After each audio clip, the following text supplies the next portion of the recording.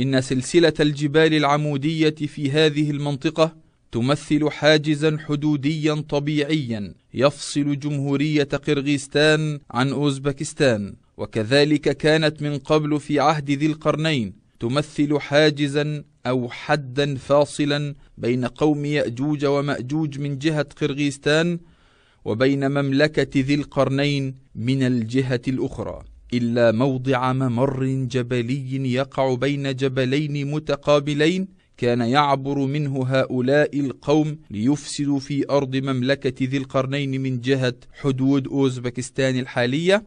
وقد أقام ذو القرنين هذا الممر الجبلي بالحديد وجعله شبه قائم عموديا كباقي الحواجز الجبلية الطبيعية المتصلة به في هذه الحدود، وبذلك قطع عليهم الطريق. إن الخرائط القديمة لمملكة ذي القرنين الملك قورش تظهر الحد الشمالي الشرقي مارا بهذا الردم المشار إليه على الحدود القرغيزية الأوزبكية. في بداية القرن الثالث الهجري في ظل الخلافة العباسية وصل سلام الترجمان وكتيبته بعد رحلة استمرت عامين بدأت من العراق وانتهت إلى هذا الردم، ثم عادت بالخبر اليقين للخليفة الواثق بالله بالعراق. سطرت كتب التاريخ والجغرافيا قصة سلام الترجمان وحددت المدن التي مر عليها والطرق التي خاضها، وأشهرها طريق الحرير. وعند تتبع هذه الطرق وتلك المدن تم تحديد ردم ذي القرنين من خلال جوجل إيرث بالموقع المشار إليه.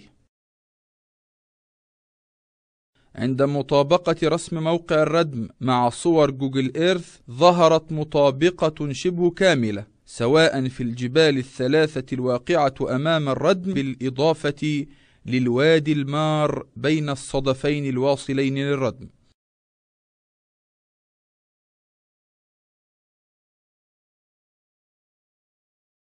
نحن الآن نتحرك لردم ذي القرنين عبر جبال قرغيزستان الوعرة، والتي يصل ارتفاعها في بعض المناطق ل5000 متر فوق سطح البحر. أغلبها طرق غير ممهدة يتخللها مشاهد الرعي والرعاة والطبيعة الخلابة.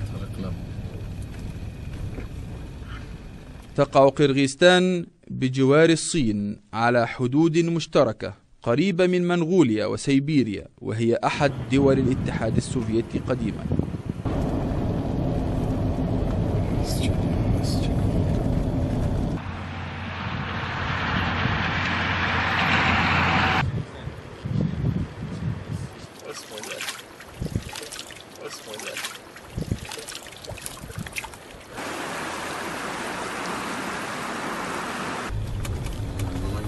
ما شاء الله.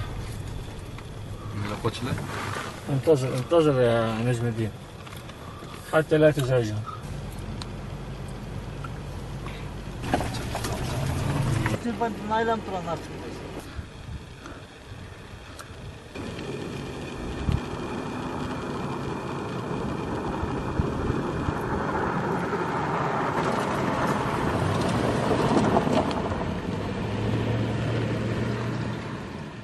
جن علينا الليل فسنخيم هنا، والصباح إن شاء الله ننطلق.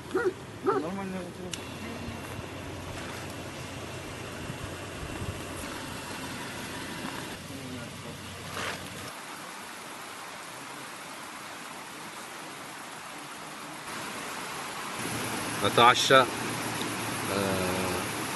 في الجبال في قرغيزستان في شرقاوي، نستعد للغد صباحا، نصلي الفجر وبعدين ننطلق إلى الردم إن شاء الله. الآن نريد أن نقوي أجسامنا وعقولنا، لذلك نحن نأكل مكرونة الذي يصنع يعني بسرعة كذا، نضع فيه ماء ساخن وخلاص. أشرق الصباح وتنفس كعادته، وبدأت حياة الرعي والسعي والكل يبحث عن رزقه.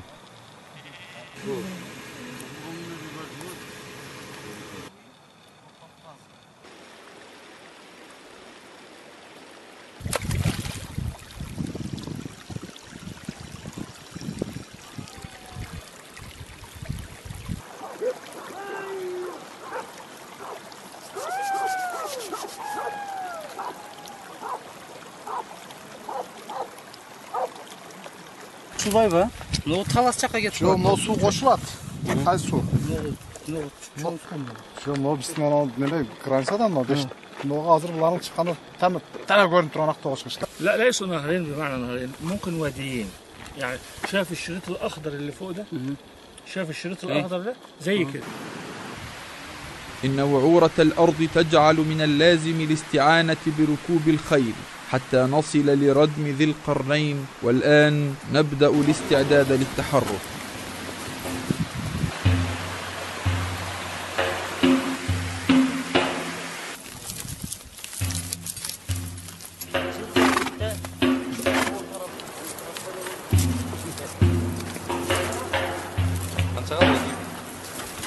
تتخلل جبال قرغيزستان جداول المياه، وكذا حياة البداوة والرعي.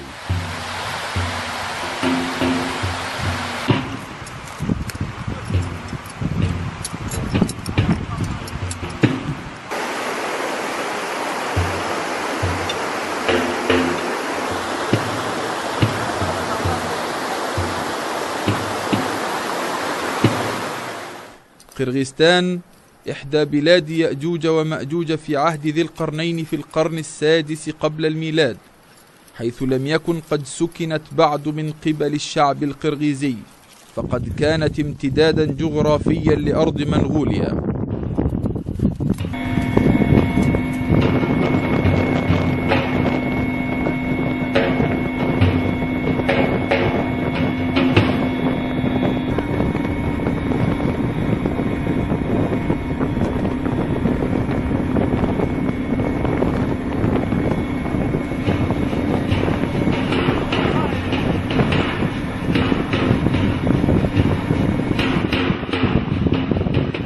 كم من سنين وطأت أقدام يأجوج ومأجوج وخيولهم هذه الطرق الوعرة عبورا إلى مملكة ذي القرنين لتعتدي على أهلها وتفسد في أرضهم.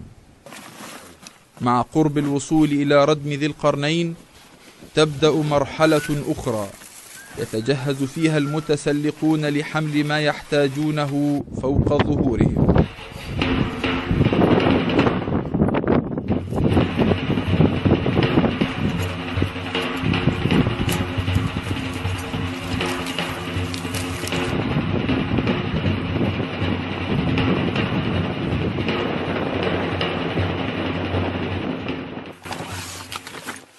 هنا ينتهي دور الخيل ويبدأ صعود المتسلقين سيرا على الأقدام وصولا إلى ذلك الردم.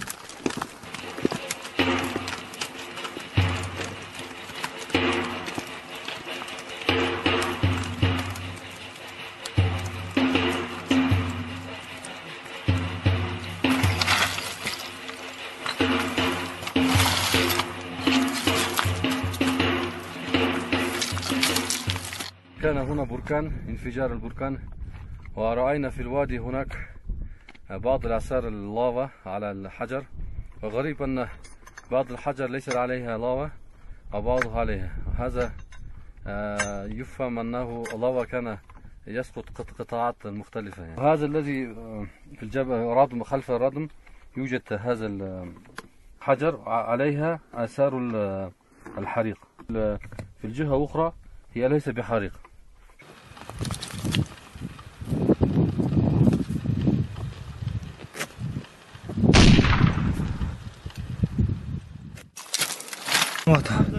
öyle tık çıkar öyle.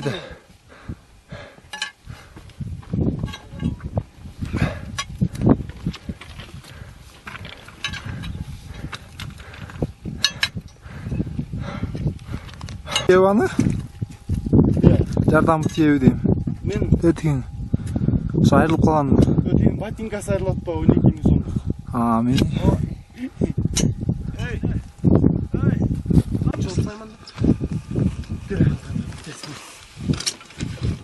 Mıldan balılar. Dün fazla da bir rakam böyle. Kanar çok. Kanar çok var mı? Bak. Şimdi bu sen çıkma bulursun. Şöyle çok. Hadi bundan ne çölü? Çıkacaksın. Çıkacak. Sırttan çıkacaksın. Yolu içir.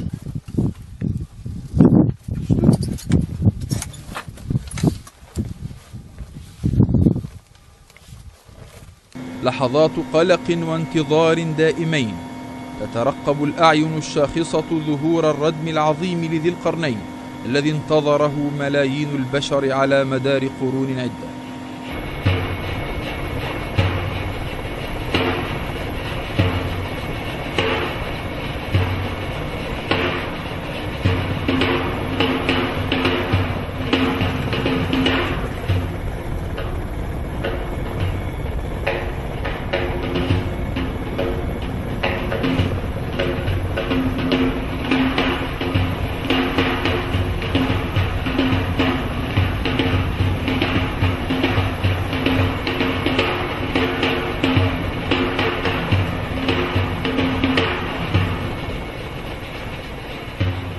نلاحظ أن الجليد يغطي الردم باستواء شبه عمودي مسطح نظرا لاستواء الحديد وتسطحه أسفل منه، وقد ظهر وسط وعورة الجبال أنه بالفعل من صنع البشر. إن من اتباع الأسباب عند ذي القرنين أنه استخدم زبر الحديد الموجود بتلك المنطقة نتيجة النشاط البركاني في صناعة هذا الردم. إن الجبلين المتقابلين في اللغة العربية يطلق عليهما صدفين، ويظهر هذا جليا أمامنا وهما متصلان بحافتي ردم ذي القرنين مساويان له في الارتفاع عند الالتقاء بقمته، كما قال سبحانه: حتى إذا ساوى بين الصدفين. تهبط الطائرة المروحية على حافة أحد الصدفين أمام الردم، ويظهر الوادي بيد أنه يستحيل النزول إليه من موقعنا هذا. آتوني زبر الحديد. الزبر زي غرفة جمع زبرة اللي هي ايه؟ القطعة من الحديد الكبير، ومش حديد وبس، وبعدين هاتوا نار أو خدوه حتى تحمر كده وتنصهر، وبعدين مش هيحط أسمنت يملي الفجوات، لا، هات نحاس مساف واغلوا النحاس المساف وحطوه كده عشان يتقلل الفجوات اللي بين الايه؟ اللي بين الطوب المسلح بقى اللي عمله. آتوني ايه؟ زبر الحديد حتى إذا ساوى بين الصدفين. صدفين جمع صدف، الصدف هو الجانب. سأصرف عن آياتي الذين ايه؟ يصدفون يعني ايه؟ ياخدوا منا جانب، يبقى الصدف هو الجانب، وما دام جبلين كده زي ده وده كده يبقى بينهم ايه؟ الفجوه دي. عايز هو يعمل الفجوه دي، هيعمل الحديد ووضعه وخلاهم يعملوا ايه؟ ساوى بين الصدفين. ساوى بين الصدفين يعني بين الجانبين. ساوى يعني ايه؟ ادى مباني او ادى حديد في علو الايه؟ الجبلين، وبعدين قال هاتوا لي ايه؟ افرغ عليه ايه؟ قطره. قطر ده هيتخلل الايه؟ زي الاسمنت لما بنبقى ممرقه كده ويدخل في الايه؟ بين الحديد وبين الايه؟ وبين الزلط.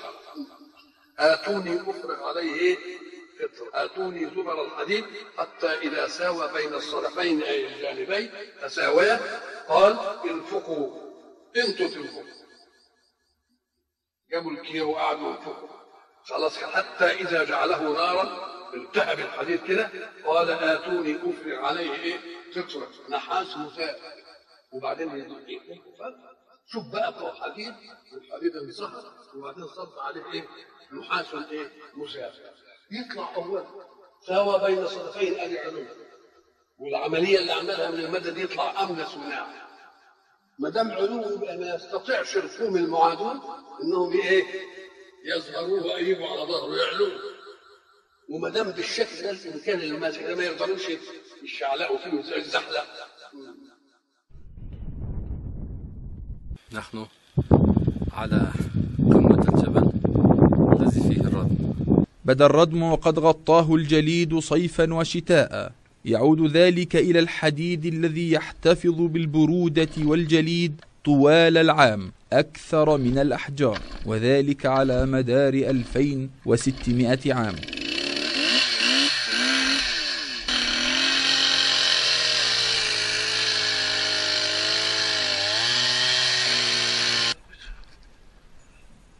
يتضح كم هذا الردم شاهق الارتفاع، وذلك من سقوط قطعة الجليد واختفائها قبل الوصول لأسفله. إن حديث يأجوج ومأجوج يحفرون الردم حديث ضعيف سندا ومخالف للقرآن الكريم متنا، لقوله تعالى: وما استطاعوا له نقبا.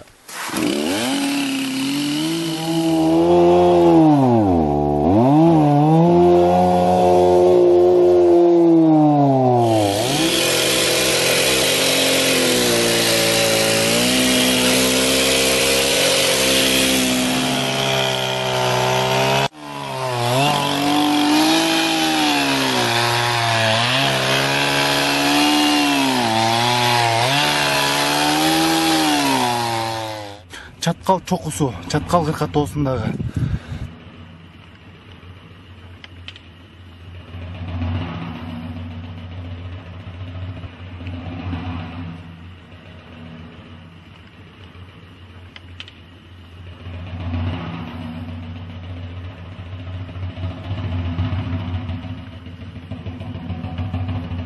Все, давай!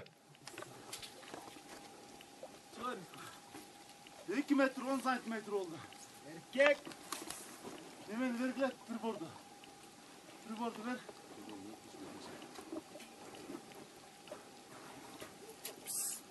Tribordu tat tribordu. Kamera gelecek mi içine?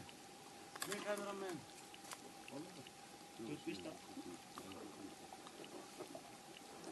Aldım ben tek şey.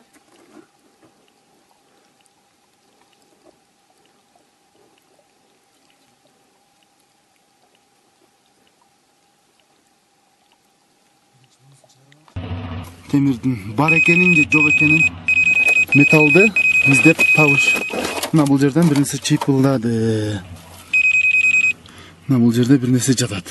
Бұл мөңгінің қалыңдығы болжол менен. من يسقط أسفل هذا الردم سيكون مصيره مثل هذا المجسم.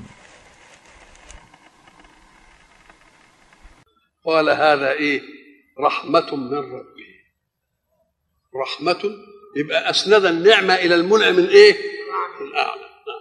قال هذا رحمة من ربي، لكن أنا عملت حاجة بس للدنيا، حاجة للدنيا، لكن إذا جاء وعد ربي في الآخرة يعملوا إيه؟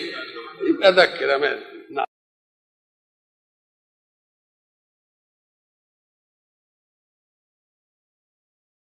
روي صلى الله عليه وسلم في صحيح مسلم أنه قال: إذ بعث الله المسيح ابن مريم فينزل عند المنارة البيضاء شرقي دمشق.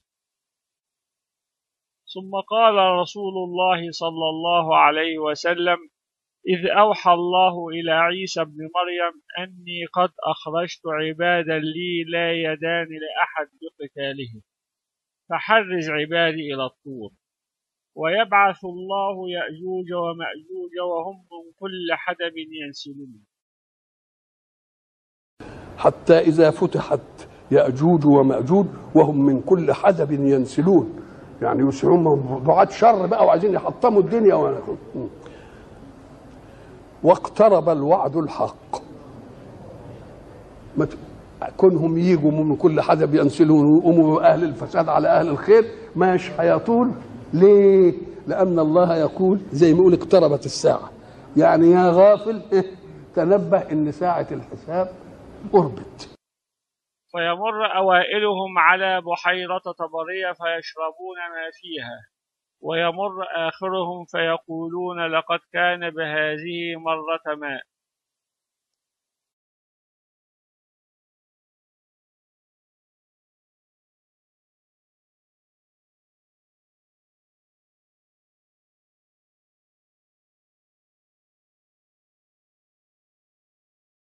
ويحشر نبي الله عيسى وأصحابه حتى يكون رأس الثور لأحدهم خير من 100 دينار لأحدكم اليوم، فيرغب نبي الله عيسى وأصحابه فيرسل الله عليهم النغف في رقابهم فيصبحون فرسا كموت نفس واحدة.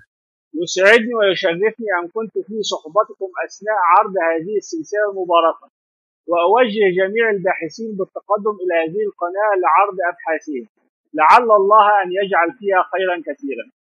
وختاما لكم مني طارق إسماعيل وجميع فريق العمل خالص التحيات والشكر على طيب المتابعة، ونخص كل من ضرب معنا بسهم في نشر هذه السلسلة الوثائقية المباركة، وما تنساش تنشر الحلقات وتنشر الروابط. والسلام عليكم ورحمة الله وبركاته. الله. كلوا مكرونة وتصحوا.